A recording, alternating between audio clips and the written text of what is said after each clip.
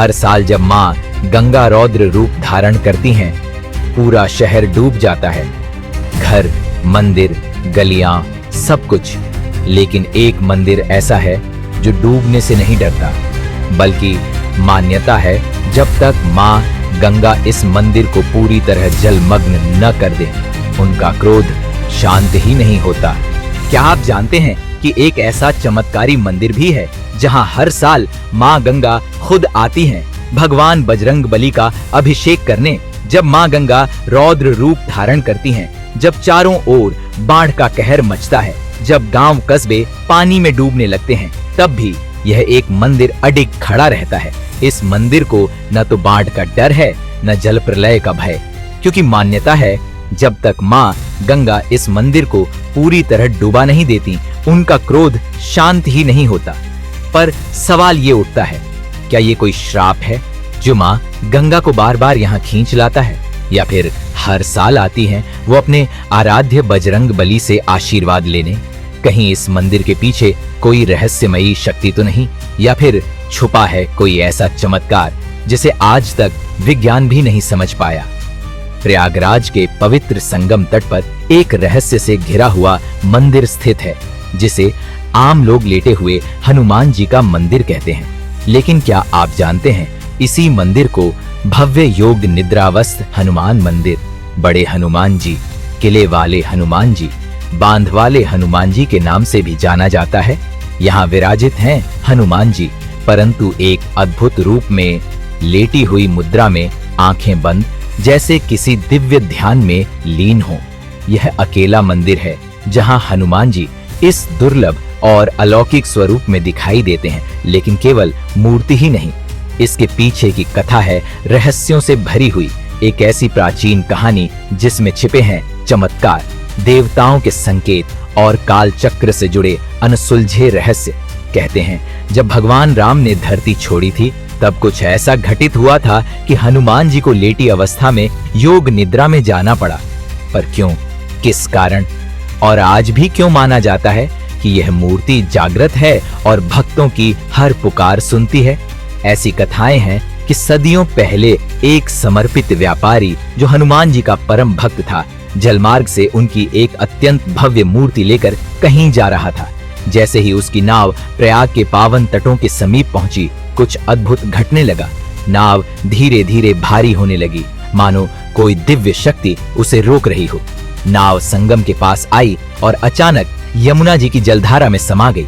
समय बीतता गया, लोग इस रहस्य को भूलने लगे, लेकिन फिर एक दिन यमुना जी ने रहस्य का पर्दा हटा दिया। जलधारा ने अचानक अपना रास्ता बदला और तब वह दिव्य मूर्ति सबके सामने प्रकट हुई। लेटे हुए हनुमान जी की एक विशाल आकृति। तो वहां धूनी जमाने का प्रयास कर रहे राम भक्त बाबा बालगिरी महाराज को प्रतिमा मिली।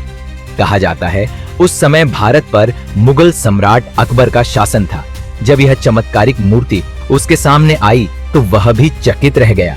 कहते हैं कि हिंदुओं का दिल जीतने और स्वयं की रक्षा हेतु अकबर ने उस मूर्ति को किले के समीप प्रतिष्ठित करवा दिया, यह मानते हुए कि अगर हनुमान जी सच में इतने प्रभावशाली हैं तो वे उसकी रक्षा भी करेंगे। लेकिन यह रहस्य और भी गहरा है।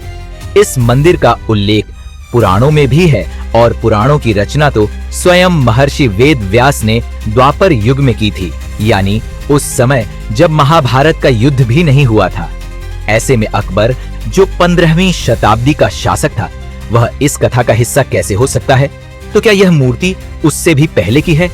क्या हनुमान जी की यह मूर्ति स्वयं प्रकट हुई थी, या फिर यह सब किसी दैवीय योजना का हिस्सा था? सच क्या है, यह आज भी रहस्य है, लेकिन भक्तों के लिए यह स्थल एक जीवित चमत्कार है।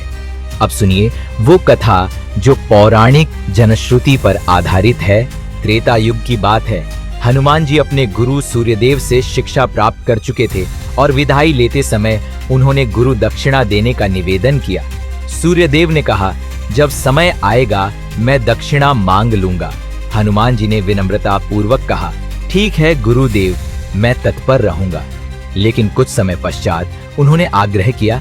तब सूर्यदेव बोले, मेरे वंशज, अयोध्या के राजा दशरथ के पुत्र राम वनवास को प्राप्त हुए हैं। वे अपने भाई लक्ष्मण और पत्नी सीता के साथ जंगलों में भटक रहे हैं। तुम ध्यान रखना कि कोई राक्षस उन्हें कष्ट न दे सके, यही मेरी दक्षिणा है। हनुमान जी तुरंत अयोध्या की ओर चल पड़े, लेकिन भगवान राम ने यह देख लिया। सोचने लगे कि यदि हनुमान जी अब भी पहुंच गए तो वे सभी राक्षसों का संहार कर देंगे और मेरा अवतार व्यर्थ हो जाएगा। तब भगवान ने माया को आदेश दिया कि हनुमान जी को कुछ समय के लिए निद्रा में डाल दो। हनुमान जी जैसे ही गंगा के किनारे पहुंचे, रात हो चुकी थी, सूर्य अस्त हो चुके थे। उन्होंने सोचा, रात्रि में नदी पार करना उचित नहीं है, माता गंगा को प्रणाम कर यहीं विश्राम करता हूँ। वे ध्यानस्थ हो गए, लेकिन कुछ समय बाद रात्रि में ही वे आर्षि भारद्वाज के आश्रम पहुंचे, जहां वेदों और पुराणों की कथा चल रही थी। वहां अर्षि ने घोषणा की, कल स्वयं भगवान राम यहां पधारने वाले हैं। हनुमान जी अत्यंत प्रसन्न हुए। उन्होंने सोचा, अब मैं यहीं रुककर प्रभु की प्रतीक्षा करता हूं। थोड़ी देर विश्राम किया और गहरी नींद में चले गए। इसी समय माया ने अवसर पा लिया और उन्हें निद्रा में जकड़ लिया। प्रातःकाल भगवान राम गंगा पार कर पहुंचे और हनुमान जी को सोते देखा। उन्होंने मुस्कुराते हुए वरदान दिया, जो कोई भी इस सोते हुए हनुमान जी के दर्शन करेगा, उसे बिना प्रयास के मेरी प्राप्ति होगी। उसके समस्त भय, संकट और शत्रु नष्ट हो जाएंगे। इसी दौरान गंगा देवी ने देखा कि एक प्राणी उनकी ओर पांव करके लेटा है। उन्हें लगा उनका अपमान हुआ है और उन्होंने जल से हनुमान जी को डुबो दिया। प्रातः सूर्य देव ने यह देखा तो क्रोधित हुए, गंगा, तुमने मेरे सीधे सादे शिष्य को दंड दिया, जबकि वह तुम्हारा सम्मान कर रात में तुम्हें पार नहीं कर रहा था। अब जाओ, तुम मरे हुए शरीर और गंदगी को ढोने वाली बन जाओ। देवताओं ने जब प्रायश्चित के लिए प्रार्थना की, तब सूर्य देव ने कहा, मेरी किरणें जब गंगा के जल पर पड़ेंगी, तभी वह जल शुद्ध होगा, और जो गंगा में स्नान कर मेरा स्तवन करेगा, उसे कोटि गुना पुण्य प्राप्त होगा। आज भी हर साल जब गंगा नदी में भयंकर बाढ़ आती है, तो यह मंदिर पूरी तरह से जलमग्न हो जाता है। चारों ओर सिर्फ पानी ही पानी, लेकिन तभी घटता है एक ऐसा रहस्य जो विज्ञान की समझ से परे है। जैसे ही बाढ़ का उफनता जल इस मंदिर में स्थापित हनुमान जी की ध्वजा पताका को स्पर्श करता है, कुछ ऐसा अद्भुत होता है जिसे देखकर हर कोई स्तब्ध रह जाता है। गंगा का रौद्र रूप मानो शांत हो जाता है। पानी धीरे धीरे पीछे हटने लगता है, मानो गंगा माता स्वयं उस ध्वजा के आगे शीश झुकाकर लौट जाती हो। ऐसा प्रतीत होता है मानो मां गंगा स्वयं बजरंग बली का अभिषेक करने आती है। ऐसा भी कहा जाता है कि इस मंदिर में विराजमान हनुमान जी की प्रतिमा सिर्फ एक मूर्ति नहीं, बल्कि उनके पुनर्जन्म की अमर कहानी से जुड़ी है। मान्यता है कि जब लंका विजय के बाद वीर बजरंग बली गहन पीड़ा में डूबे, थकान से त्रस्त हो चुके थे, तभी इस पवित्र त्रिवेणी तट पर एक चमत्कार घटा। मां जानकी स्वयं प्रकट हुई और उन्होंने हनुमान जी को अपना सिंदूर अर्पित किया। वह सिंदूर सिर्फ एक उपहार नहीं था, वो था अमृत का वरदान, जीवन की लौ फिर से जलाने वाला दैवीय स्पर्श। उसी क्षण से हनुमान जी न केवल स्वस्थ हुए, बल्कि उन्हें चिरंजीवी होने का आशीर्वाद प्राप्त हुआ। इतना ही नहीं, माता सीता ने यह भी कहा कि जो भी इस त्रिवेणी संगम में स्नान करेगा, उसे सच्चा पुण्य तभी प्राप्त होगा जब वो हनुमान जी के दर्शन करेगा। तभी से जो भी भक्त इस मंदिर में आता है, वो हनुमान जी को सिंदूर अर्पित करता है, ठीक वैसे ही जैसे मां जानकी ने किया था। ऐसा माना जाता है कि ये सिंदूर अर्पण करने से भक्तों को अकल्पनीय फल, रक्षा और सिद्धि प्राप्त होती है। समय के प्रवाह में जब भारत पर मुगलों का राज्य था, तब सम्राट अकबर की निगाह एक विशेष जगह पर पड़ी। एक ऐसी भूमि जो सिद्ध तपोभूमि कही जाती थी। वहां बना था एक प्राचीन हनुमान जी का मंदिर, और अकबर ने सोचा क्यों न इस जगह को किले में तब्दील किया जाए। लेकिन जैसे ही निर्माण शुरू हुआ, एक रहस्यमयी अड़चन सामने आई। मंदिर की सीध में थी हनुमान जी की शयन मुद्रा में स्थापित मूर्ति। अकबर ने निर्णय लिया कि मूर्ति को दूसरी जगह स्थानांतरित किया जाए। खुदाई शुरू हुई, मूर्ति तक पहुंचा गया और उसे उठाने के प्रयास शुरू हुए। मगर जैसे जैसे मूर्ति को उठाने की कोशिश होती, वैसी वैसी वो और भारी होती चली जाती। लोहे के यंत्र, हाथियों की ताकत, सैकड़ों आदमियों की मेहनत, कुछ भी कारगर साबित नहीं हुआ। अजीब बात यह थी कि जितना जोर लगाया जाता, मूर्ति उतनी ही जमीन में धंसती चली जाती। ये देखकर अकबर भयभीत हो गया। उसने न केवल मूर्ति को हटवाने का प्रयास रोक दिया, बल्कि डर के मारे उसने उसी हनुमान जी की पूजा अर्चना शुरू कर दी। आज भी आप उस ऐतिहासिक किले की दीवारों को देखेंगे तो पाएंगे कि एक विशेष दिशा में वो दीवार टेढ़ी है और लोग मानते हैं कि वह टेढ़ापन हनुमान मंदिर के कारण ही आया। रहस्य यहीं खत्म नहीं होता। बाद में जब औरंगजेब का शासन आया, उसने भी वही गलती दोहराई। इस बार उसने 100 सिपाही भेजे मूर्ति को हटवाने, लेकिन क्या हुआ? सब नाकाम। प्रतिमा जरा भी नहीं हिली।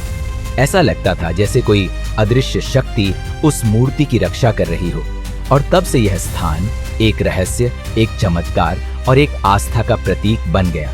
आमतौर पर हनुमान जी की प्रतिमाएं उत्तर या पूरब की ओर मुंह किए होती हैं, लेकिन इस मंदिर की खासियत यही है कि यहाँ भगवान हनुमान जी दक्षिण दिशा की ओर देख रहे हैं। यहाँ के भक्त उन्हें बड़े हनुमान जी, किले वाले हनुमान, लेटे हुए हनुमान और बांध वाले हनुमान जैसे कई नामों से पुकारते हैं। उनके दाहिने हाथ में भगवान राम और लक्ष्मण जी विराजमान हैं, तो बाएं हाथ में गदा शोभा बढ़ा रही है।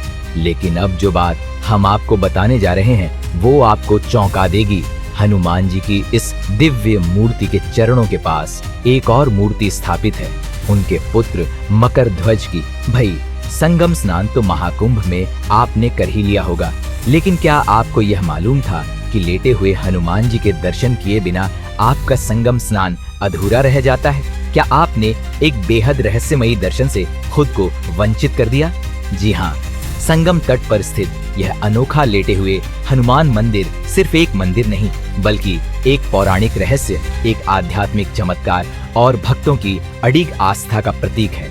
कहा जाता है यहाँ हनुमान जी स्वयं विश्राम मुद्रा में विराजते हैं और जो भी भक्त यहाँ सच्चे मन से आता है उसकी सारी बाधाएं दूर हो जाती हैं। और सोचिए, जब माँ गंगा रौद्र रूप लेती है, जब हर ओर बाढ़ का खतरा होता है, तब भी यह मंदिर डूबने से नहीं डरता, बल्कि श्रद्धालु तब और ज्यादा खींचे चले आते हैं, क्योंकि जहाँ विश्वास है वहाँ चमत्कार है। और तुलसीदास जी ने भी हनुमान चालीसा में लिखा है, संकट ते हनुमान छुड़ावे, मन क्रम बचन ध्यान जो लावे। तो अगली बार जब आप संगम जाइए तो ये मत भूलिए, सच्चा संगम स्नान तभी पूर्ण होता है जब लेटे हुए हनुमान जी का आशीर्वाद साथ हो।